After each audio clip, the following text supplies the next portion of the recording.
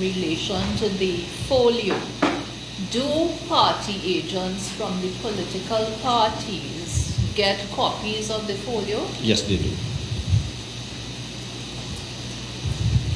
And you told us earlier about observers and GCOM accrediting observers and so on. Is there a facility by which observers are allowed to be in the polling stations observing the process? Yes, there is. Now, what time would the polls close? Polls are required to be closed at 6 p.m. However, if there are people in the line at a polling station that have not had the opportunity to cast their vote as yet, then it is likely that the polls will close at a point when the last person in the line at 6 o'clock would have been allowed to vote. I see. So once you are in the line at 6 o'clock, you are allowed to vote. Yes. That is not a discretion. That's a requirement. It's a necessary requirement. Thank you. After the polls are closed, what will the staff of GCOM do at the polling station? So they allow themselves a little lull before they actually get to the point of counting the votes. Mm-hmm. Now, the presiding officer, who is the head of that polling station, mm-hmm. would announce to all present which can, if they're there, the agents of the respective political parties. There can be candidates of political parties in be there. So the presiding officer will announce that he's now going to open the ballot box to facilitate the counting of the ballots. Yes. I think this is the first time you're mentioning the presiding officer. Who appoints the presiding officer? The presiding officer is appointed by GCOM as by the chief election officer under the authority as delegated by the commission. Is he required to be a public officer? There's no prohibition. It could be a public officer. It could be from somebody from the private sector. It could be somebody who's totally unemployed. Thank you. Is the presiding officer the same as the returning officer? No, it's not. The presiding officer is responsible for a specific polling station, whereas the returning officer is responsible for a district. Right. Now, I want you to go back a little bit. So, how do the ballots to be used? How, in what form are they brought to the polling stations? Right. So, all ballot boxes for the entire country are packed centrally. We're at the Secretariat, at the main office of the Elections Commission, under the supervision of the Chief Election Officer, with the involvement of agents of the political parties who are there to ensure, to see that what we're putting in there is actually what should go in there, and no less than what should go in there. So this activity takes place at the Central Secretariat, in which, of course, the ballots, statements of poll, tally sheets, some other materials that we classify as sensitive materials go into the ballot box. When that packing is over, the box is sealed with numbered seals, stored in the container for dispatch to the districts. When they go out to the districts on the morning of election day at about 4 o'clock in the morning, the presiding officer, they will come and uplift the ballot box that is numbered in accordance with the polling station that they have been assigned. They uplift the boxes and move to the polling station, where the box is opened, or the seals are removed, and the contents emptied out in the presence of all the persons who are authorized to be there, that being the GCOM staff as well as party scrutineers. So the seals are removed, everything is emptied out and separated for use as they are required. Sure. Now, you just used a new term, party scrutineers. Are they the same as party They're agents? They're agents. Actually, scrutineers refer to registration. Yes. Agents refer to elections. Thank you. And after the ballots are placed in the boxes and polls are closed, what happens? So you're talking about the marked ballots Yes. being placed in the box. So at the close of the poll, the presiding officer will announce that we are now going to move to the process of counting the ballots. The presiding officer will remove the seals which would have been placed prior to the commencement of conduct of the poll. The box is resealed at that point. The presiding officer removes the seal at the close of the poll, empties the contents of the box on a table in full view of all the persons who are authorized to be there and who are actually present. And explain very briefly what's the process of counting, because I noticed that the ballot you produced has a perforation Yes. down the middle. So each ballot is separated at the point where it's perforated, and they're kept in separate heaps, one for regional, one for general. When all of the ballots are separated, the presiding officer will distribute to the ballot clerk, the deputy assistant presiding officer, and all of the agents who were there present before he or she proceeds with the count. I believe I have an account with my brother. Maybe, Mr. Bennett, if you were to explain what the object of the elections are, in the sense that we have national and regional, All right. which is why the ballot paper is going. Yes. Please explain. Right. So what we have, which are referred to really as general elections, in fact provide for the election of members to the National Assembly, as well as the election of members to what we call regional democratic councils that are responsible for management at a level lower than the National Assembly in the 10 what we call administrative regions in Guyana. So the bottom half of the ballot paper is really for those regional elections. However, there is a provision there's a provision that provides for geographic representation in Parliament, by which 25 of the 65 seats in Parliament come from these 10 administrative regions, and the quantum depends on the population of those regions. For example, in District 3, there will be 3 geographic seats in Parliament. In District 4, it's 7. If I may go further, at the point of allocation of seats, the first allocation is done on the basis of the regional seats. However, the representation in Parliament, which is done on proportional representation, is calculated using the total number of votes cast divided by the number of seats in Parliament. This is 65, so that would give you the quota per seat.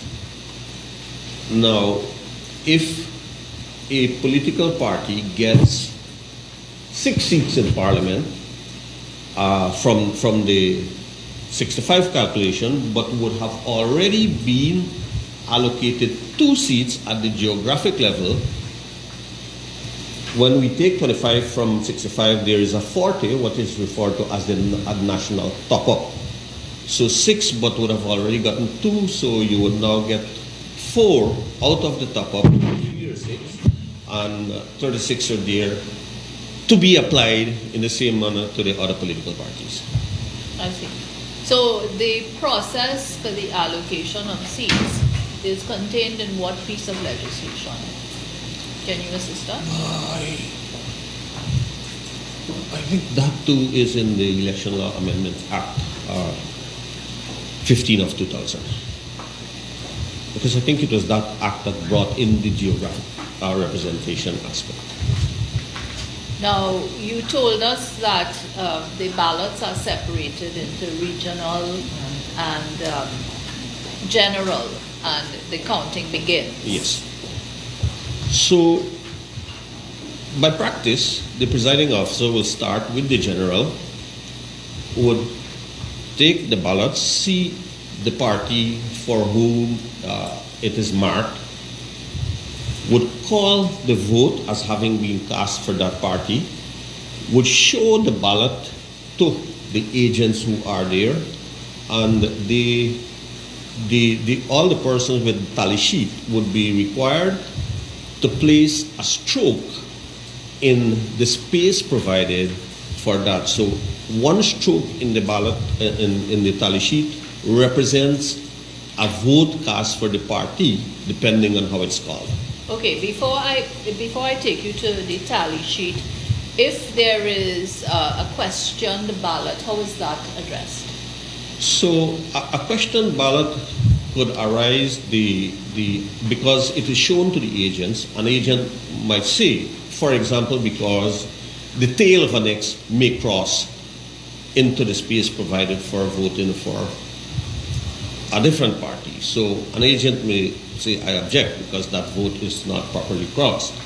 The presiding officer can say, but the intersection of the X is in this, is for this party that I called. But the determination of which party the ballot is cast for rests with the presiding officer. So the presiding officer will say, well, this is for the party as I called, but because an objection was raised, the ballot was questioned, there is a requirement that at the back of that ballot, a Q is marked, and that ballot is initialed by the presiding officer. Thank you. Now, you started telling us about tally sheets, and I'm going to show you a document. I'm going to ask that you be shown a document. May I add something to what I just said? Sure, certainly. The purpose of the Q is so that because the agent, through his or her party, can request for a partial recount at the level of the returning officer with reference to that ballot. So it would be easily identifiable by the Q as well as the signature of the presiding officer. Indeed. So you told us you mentioned tally sheets earlier, so I'm just going to ask that you be shown a document. A document has now been placed in your hand. Would you indicate to us what that is? This is, in fact, a specimen of the tally sheet that is being used when we conduct elections. And what information is that tally sheet required to contain? Well, in the first instance, it will say the region that the votes are being checked for, the division or subdivision, because polling stations are established on the basis of the number of electors in that division, which could require 1 polling station, or if the number of electors are too many, it will be subdivided into subdivisions. So we may have 2. So the number could be for a division or subdivision. And then the parties again are listed alphabetically. and space is provided for the placement of the strokes as the ballots are being counted. Thank you.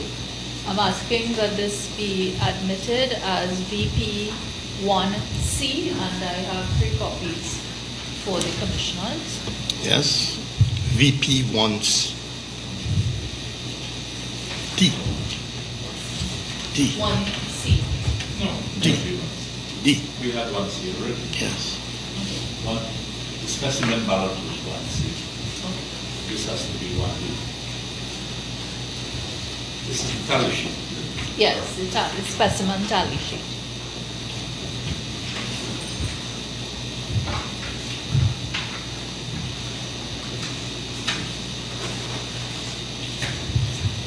Commissioners, I have this statement as VP1, the manual as VP1A, A, yes. the ballot as VP1B. I think I had initially made an error which I corrected.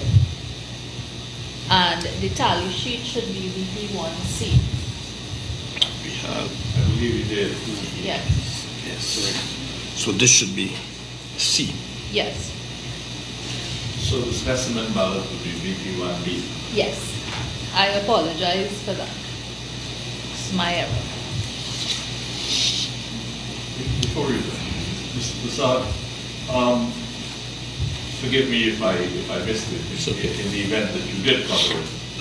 But when the counting process proper begins at the polling station, Yes. can you tell us who are the persons expected to be present?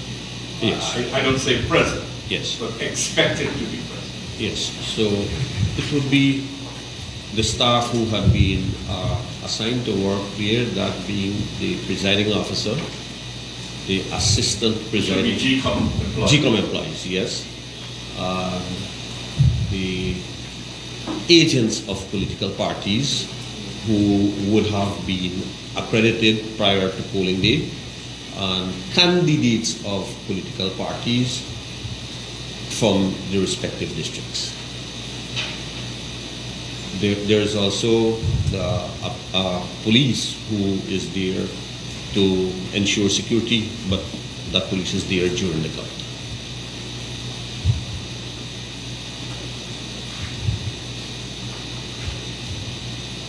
Thank you. Now, I think you had referred to a document called the Statement of Whole.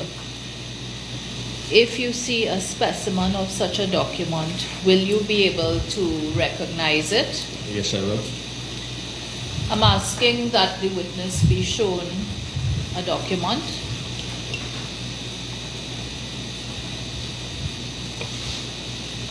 A document has been placed in your hand, sir. Could you tell us what that document is? Yes, this is in fact a specimen copy of a statement of whole. This is what an actual statement of whole would look like. And what is the use of this? What is it used for? This basically is used to record the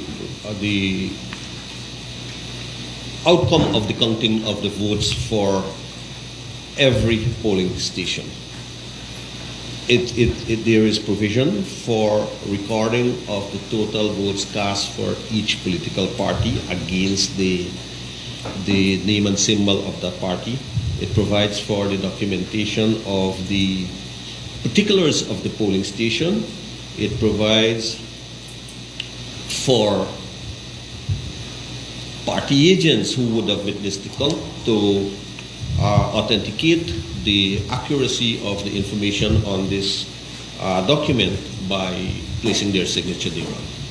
And do party agents have these copies of these statements of Yes, polls? they do. The presiding officer is required to make enough, sufficient copies is the word used, to ensure that all those who are there are in receipt of a copy of this document. An authenticated copy by signature. Yes, but it's not compulsory that they sign. They can refuse to sign. But the agents can refuse to sign, but the presiding officer must sign. Oh. Now, you say that they receive copies. Is this carbon copy or photocopies? Well, these things are produced as pre-carbonated. But at the commission we refer to all of the copies as original copies. I see. So is it correct to say that party agents would have original copies of statements of polls? Yes. And just so that I can move us along a little bit, do you refer to statements of polls as SOPs? Yes, we do. After the votes, I'm sorry, let me ask that this be admitted and marked as VP1D, and I have 3 copies for the commissioners. Okay. Well, that's being tendered as on going back to the tally sheet. Clearly, this is the tally sheet is what the presiding officer works off in counting. Our party agents also supplied with these tally sheets. Yes, yeah. So everybody is working off Yes. same Yes. tally sheet. Yes. Yes. Tally sheet is admitted into evidence as Statement. statement. Sorry. Yes. Commissioner, VP1D. at this point, I need to ask your indulgence because members of the public looking on are not able to see these exhibits. So we have them scanned and we are asking for the opportunity to have them put up on the screen. So very quickly, the documents will be viewed by those looking on. Certainly.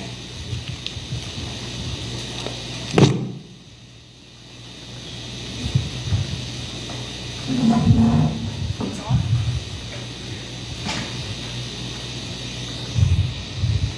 Okay, Kioma, could you just go on what, I don't know what you're seeing. So could you let me know when it's, no, the one that is. I'm just making sure that they are able to see and it's scrolling down There properly. seems to be concerns at the back.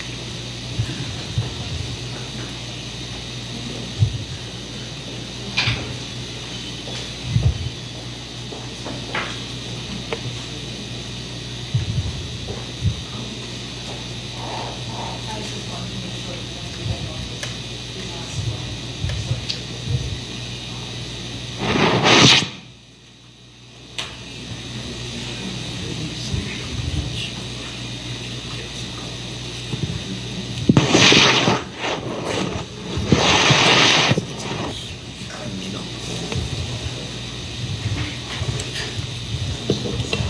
Thank you. I believe that the exhibits have been made visible to those looking on. So let's continue, Mr. Prasad. After the ballots are counted, that's to say after people have cast their votes and the ballots have been counted at the polling stations, what becomes of them?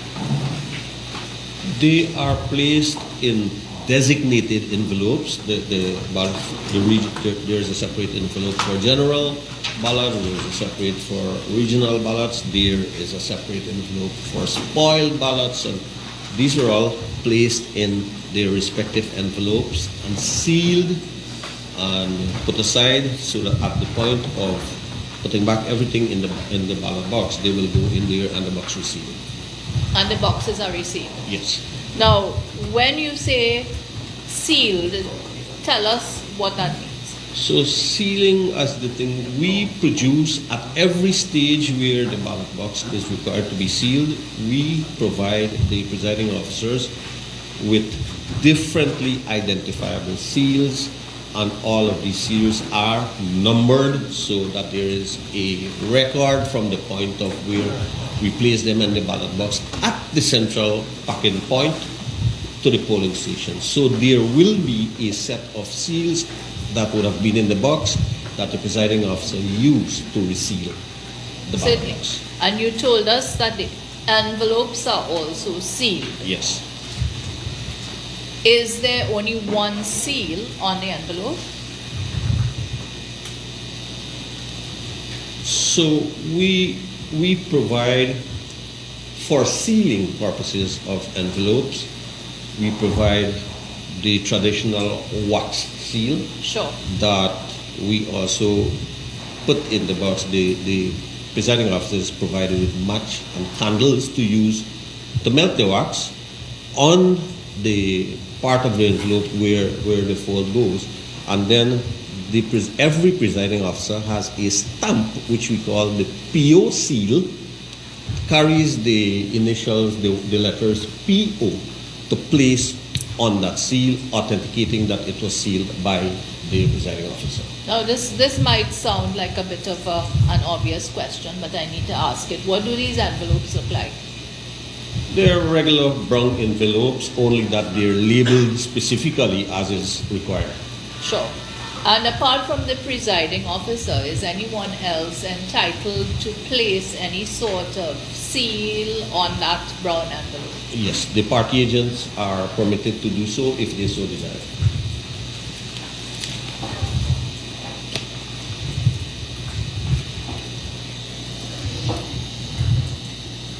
After the ballots which have been cast have been returned to the ballot boxes and the ballot boxes have been sealed, what is the next step?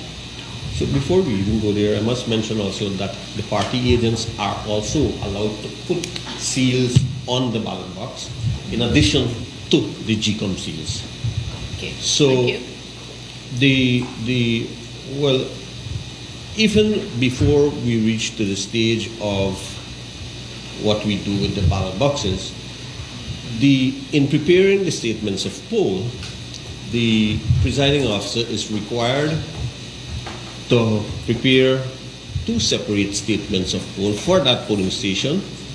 One to be delivered to the returning officer, the envelope would be so marked. One to be delivered to the chief election officer, the envelope would be so marked. Those two envelopes are in the possession of the presiding officer, whose responsibility it is to ensure that those envelopes and the ballot box is delivered to the returning officer. The delivery of the ballot boxes, there is a legal provision for party agents to accompany the movement of the ballot boxes, and usually GCOM make provision for the movement. In the ballot box, the only documents that are placed in the ballot box are the marked ballots. No. The marked ballots, the unmarked ballots which might have been remaining, which were unused ballots, spoiled ballots, rejected ballots, and those type of things go into that. In separate envelopes. The marked lists that were used by the presiding officer goes into that ballot. No statutorily required document is placed in that box. As in, if you mean in this case statement of poll, the answer is no, because the ballot is a statutory document being used.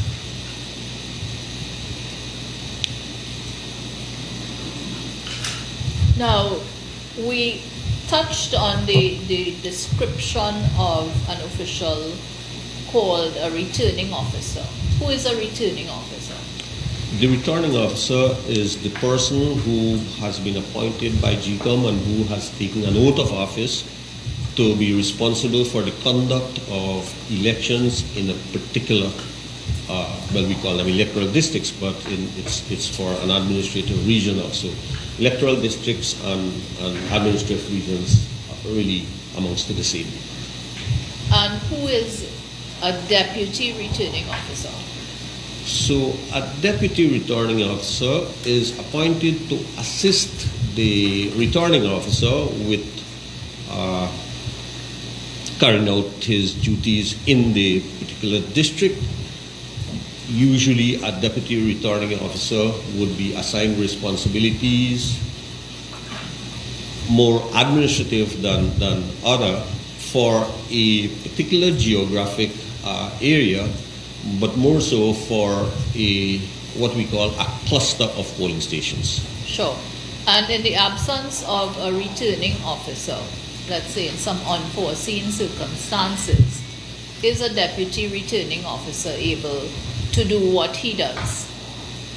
Well, not necessarily, because what the provision is that if a returning officer is unable to carry out the functions of that office, it is the clerk to the returning officer that assumes the responsibility of the returning officer. Deputy returning officers are assigned specific responsibilities.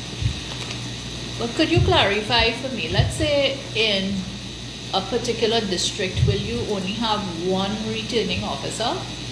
Yes. And how do you determine how many deputy returning officers there are for each particular district? That would depend on the division or separation of the number of polling stations. So, and we do this really to ensure that administratively we could ensure that all polling stations are properly prepared and maintained for the conduct of the poll. Okay.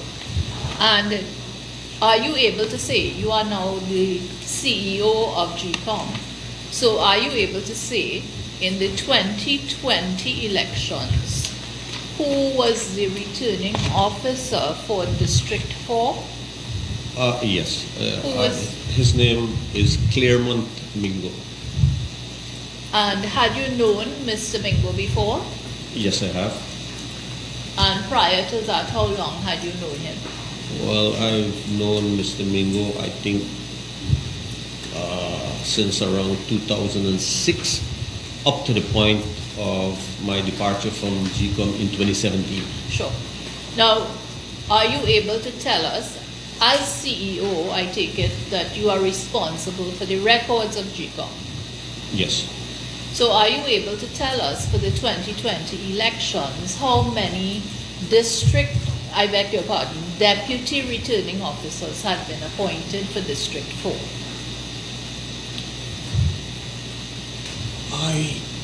I think it might have been in the 90s, the number of deputy returning officers.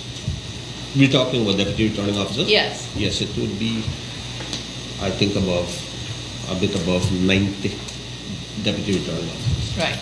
Now, does a deputy returning officer have the power to assist with the counting in any district?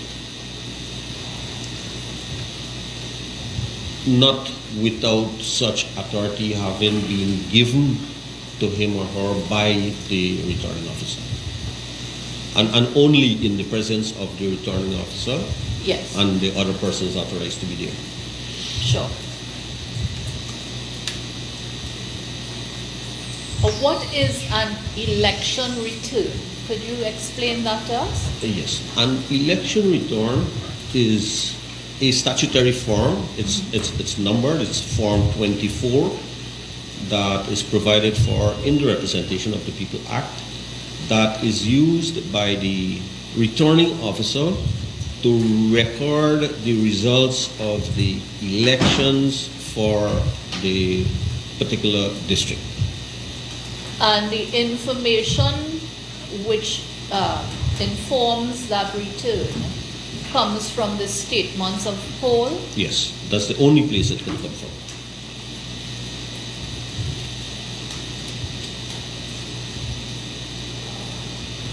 After a returning officer is it correct to say that it is only after the counting is concluded that the numbers on the statements of poll are added up? So this is taking us back to the polling station, because that's where the votes are counted. Yes. Yes. And the numbers on the statements of poll are what are used to determine what appears on the election return, correct? Yes. So, is it correct to say that if you have incomplete statements of polls, there should be no election return? Well, you cannot reach the point of preparing that statement of goal, that return, if you have an incomplete or an improper or incorrect statement of goal. Certainly. And after the return is done, is there a declaration? Yes, there is. Who does such a declaration? The returning officer is required to make a public declaration using the information on the Form 24, And the when you- election return. Right. And the election return must reflect the totals contained in the statements of poll. The totals for the region as derived from the statements of poll.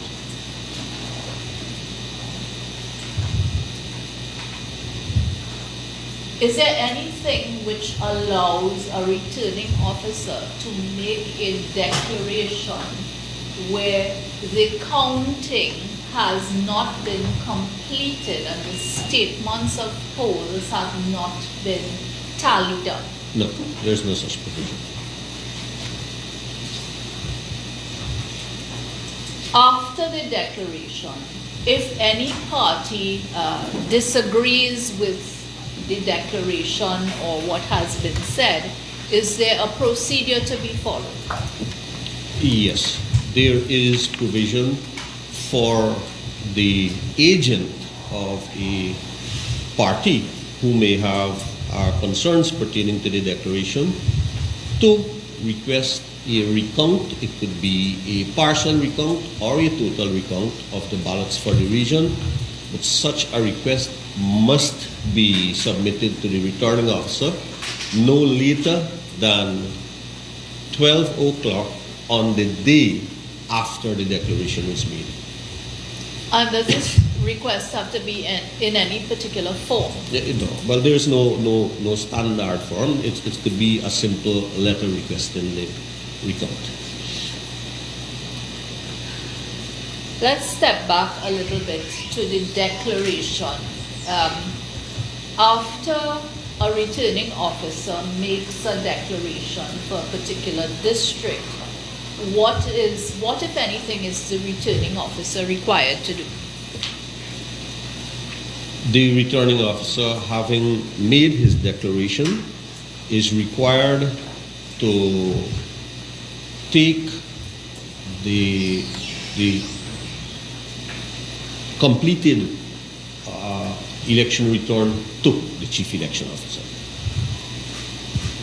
And this is, I take it, this is after you have declared results from, what number was it? 10 returning officers, the number you gave us? So 10 returning officers? yeah, there are 10 returning officers, but each of them is required to take their respective election return to the chief election officer.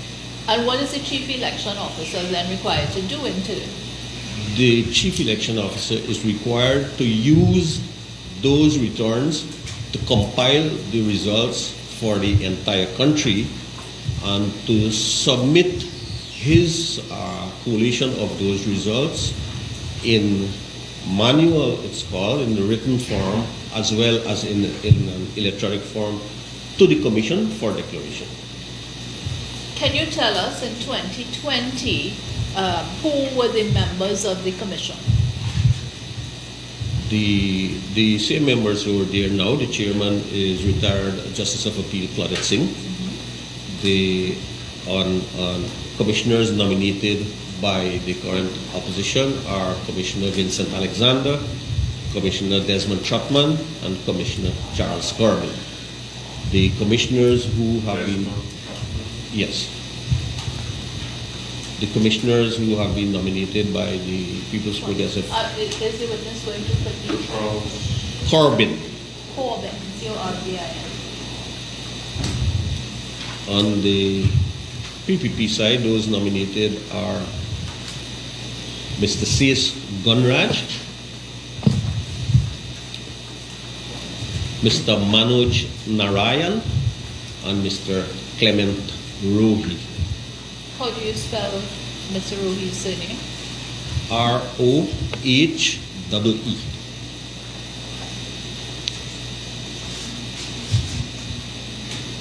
And are you familiar with Mrs. Bibi Shadiq? Yes. And was Mrs. Shadiq not a commissioner in 2020? Oh, yes, she was. Regrettably, she is deceased and was replaced by Mr. Rowe. Thank you.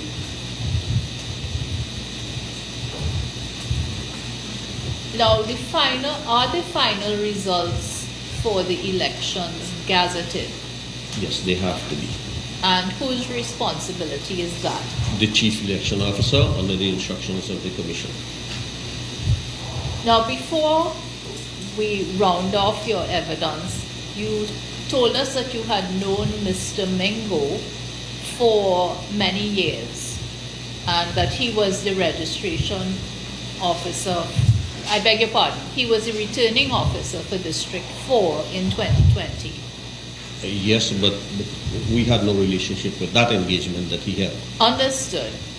During the period of time that you had known him when you were GCOM, well, what did he do? What was his job at the time? Can you recall? Yes, Mr. Mingo. So we have Guyana divided into registration areas that are responsible for defined geographic areas. Mr. Mingo was responsible for a portion of region number 5, and we call his area of responsibility the Fort Wellington registration area. And what would he be doing as part of his job? Mr. Mingo was responsible for the registration of persons from within that registration area under the National Registration Act. I forgot to ask you this. In 2020, who was the chief election officer?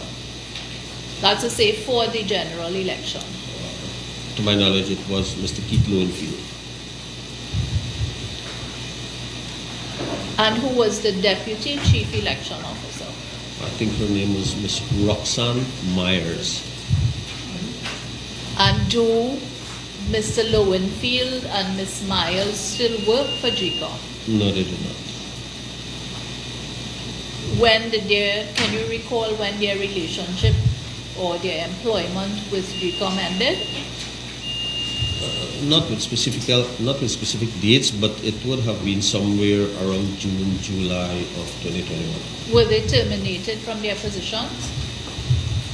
I think their contracts would have been, there's a clause in the contracts of the employment contracts of all GCOM employees that allows for termination on the basis of either party giving 3 months notice or payment in lieu of notice. I think that clause was used to part company with both Mr. Lowenfield and Ms. Myers.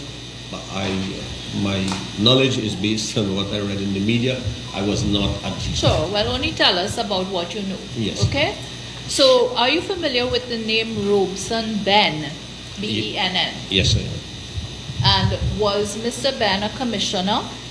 Yes. He would have been a commissioner at the time of the 2020 elections. Okay. So, was he then replaced by anyone? I think Mr. Ben was replaced by Mr. Manoj Narayan. Thank you. Are you familiar with the name Enrique Livan, L-I-V-A-N? I'm familiar with the name, but not the person. I know of Enrique Livan having been, well, he continues to be an employee of GCOM.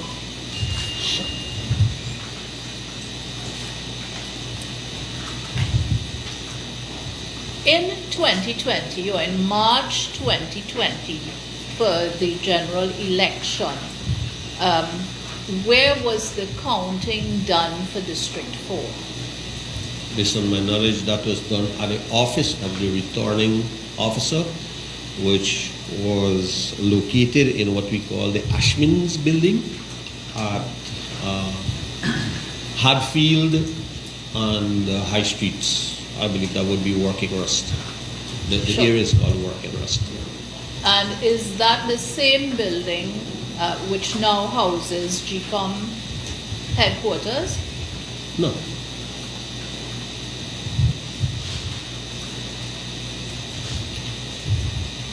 I want to ask you a little bit about security at GCOM. Now, you told us that you are responsible for all the records kept at GCOM. So, would you also be responsible for materials such as security footage, let us say? I would have to have knowledge at least as to where it is stored. Sure. And in relation to the elections or what occurred or what may have occurred in March 2020 at Ashman's building, are you able to say whether there is any security footage available? No, I am not aware that any such footage is available. In fact, I did inquire. I was informed that the cameras were installed in that building on the instructions of the chief election officer. That might have been done by a private service provider.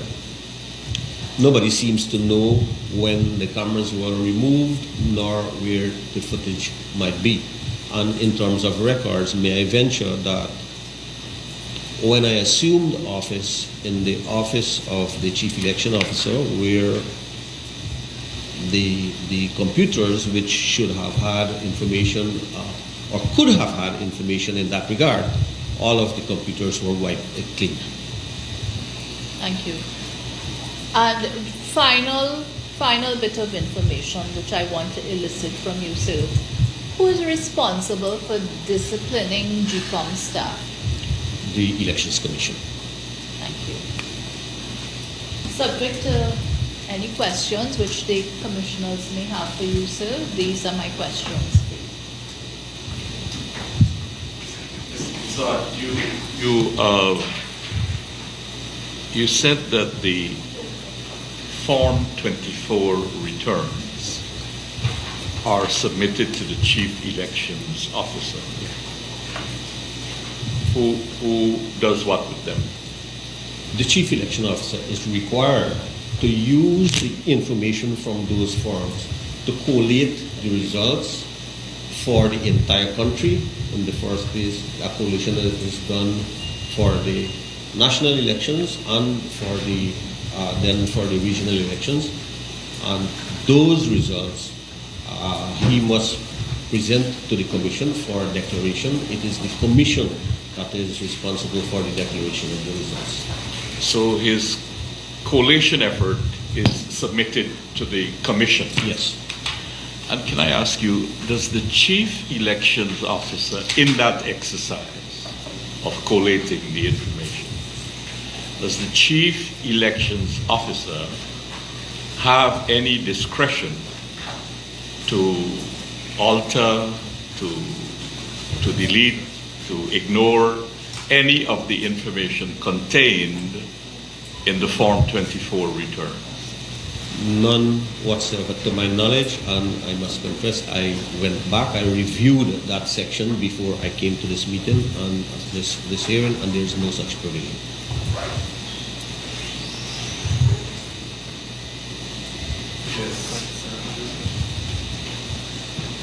Do we have a copy of the Form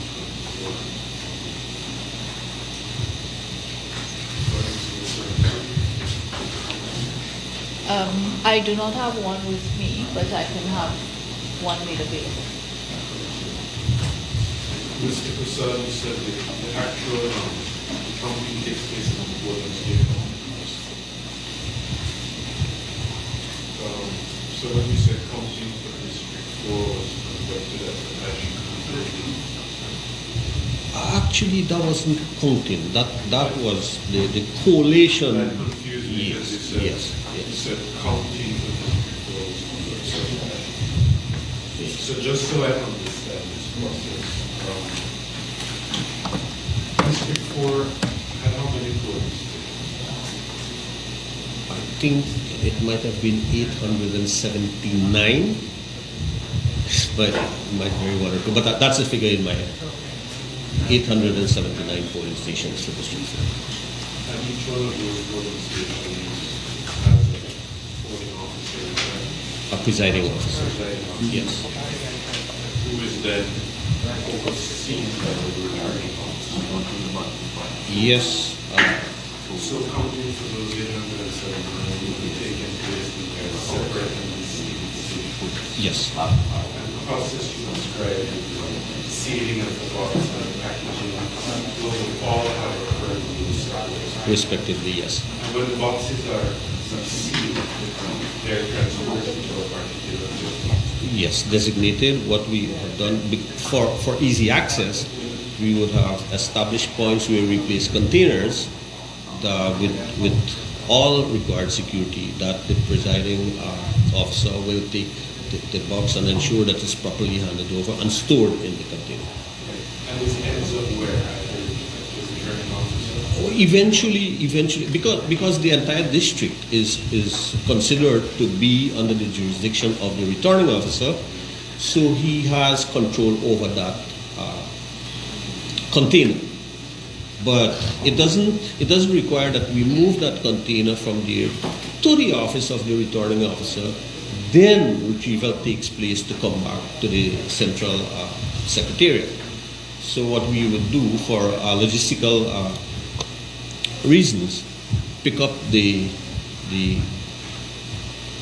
containers from their respective positions, and I must say that usually a deputy returning officer is placed at the point where every container is and has supervisory responsibilities for those containers. So absent any offense or controversy, a returning officer is expected to receive in advance statements of report from the respective boards. Yes. And with that, uses that to prepare the form. Yes. Yes.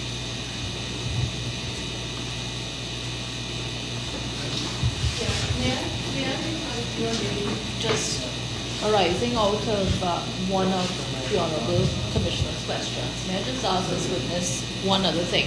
So, could you describe for us what is tabulation in the electoral process?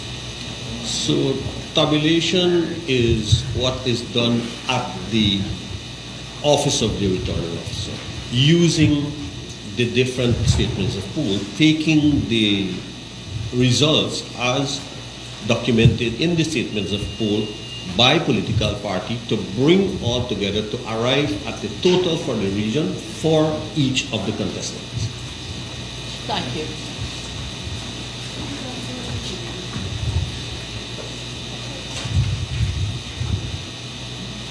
And these are my questions. Thank you very much. It has been a pleasure. Thank you too. Mike, can you relieve? Yes, and Thank you, sir.